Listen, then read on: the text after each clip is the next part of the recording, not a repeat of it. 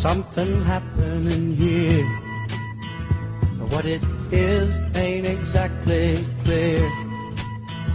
There's a man with a gun over there telling me I got to beware. Project Cirrus is the first official attempt to modify a hurricane. It was run by General Electric with the support of the U.S. military. The official theory was that by changing the temperature outside the eye wall of a hurricane, which they did by seeding the clouds with various compounds such as silver iodide, a decrease in strong winds will result. On October 13, 1947, Project Cirrus targeted a hurricane heading out to sea. Approximately 180 pounds of dry ice was dropped into the clouds. The crew then reported a pronounced modification of the cloud deck, and the hurricane abruptly changed direction and made landfall near Savannah, Georgia. The public blamed the government.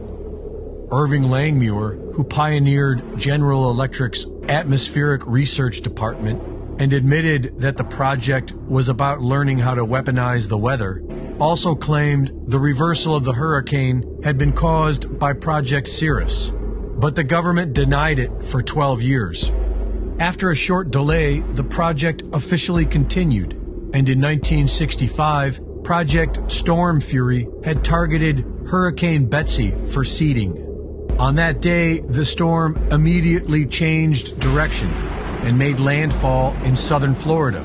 Congress blamed it on Project Storm Fury, but the government claimed that the hurricane shifted before they ever had a chance to seed it. And after 2 months of congressional hearings, the project was allowed to continue.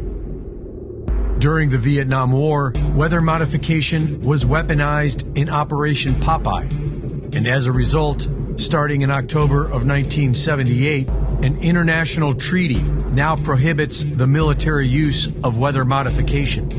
In 1997, U.S. Defense Secretary William Cohen said that we have enemies capable of altering the climate and setting off earthquakes and volcanoes remotely through the use of electromagnetic waves. And so controlling the weather seems to be a very real thing.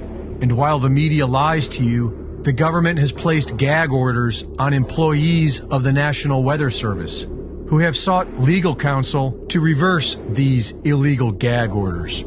And they no longer need to seed the clouds. Chemtrails, or as John Brennan of the CIA calls it, stratospheric aerosol injection, allows these black government projects the ability to put whatever they want into the skies. And HAARP has the ability to change the temperature within the ionosphere. In congressional hearings, it was made known that HAARP was a successful operation of controlling the ionosphere with ultra-high-powered radio frequency, and that the Air Force and DARPA went on to develop their own versions. The Air Force has gotten great value out of HAARP in the past. We took over from the Navy and managed it and actually did a number of experiment campaigns up there and have finished our work that we're interested in doing up there. We've moving on to other ways of managing the ionosphere, which the HAARP was really designed to do, was to inject energy into the ionosphere to be able to actually control it. And but that work has been completed. Frequency transmission manipulation of hurricanes is one of hundreds of patents on weather control. With conductive particles added to the storm, radio frequencies from multiple locations can steer a hurricane. According to geoengineeringwatch.org, this happened with Hurricane Ian. This is Hurricane Ian, passing near the NexRad transmission facility in Key West, Florida. When the transmission facilities are fully energized, they have a repelling effect on any air mass that has been saturated with electrically conductive climate engineering elements. As Hurricane Ian is allowed to make landfall, the frequency transmission facility in Melbourne, Florida is fully engaged. This effectively slows Ian's migration inland. The transmissions can diminish precipitation in some regions while augmenting it in others. Reporting for InfoWars, this is Greg Reese.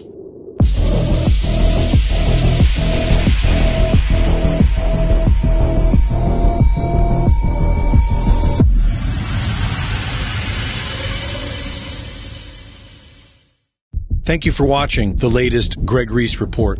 Be sure to go to reesereport.com to see my latest videos, sign up for my free newsletter, and subscribe for exclusive content. And be sure to support my sponsor at InfoWarsStore.com. The best-selling book in America last week was The Great Reset and the War for the World, written by Alex Jones. Jones sold more than 56,000 copies of his book last week. But the New York Times lied about that because the New York Times doesn't want you to know that. The New York Times wants you to believe that Alex Jones is more discredited than the New York Times, the paper that started the Iraq War by lying about weapons of mass destruction and got 1 million people killed. So they lied about his book. The Great Reset and the War for the World, the historic book that lays out the plans of the Great Reset Death Star and exposes the New World Order's plans for global enslavement. Get your copy now at Amazon.com to keep the book at number 1 and InfoWarsStore.com to help keep InfoWars on the air. The Great Reset and the War for the World by Alex Jones. Now, number 1 in the world.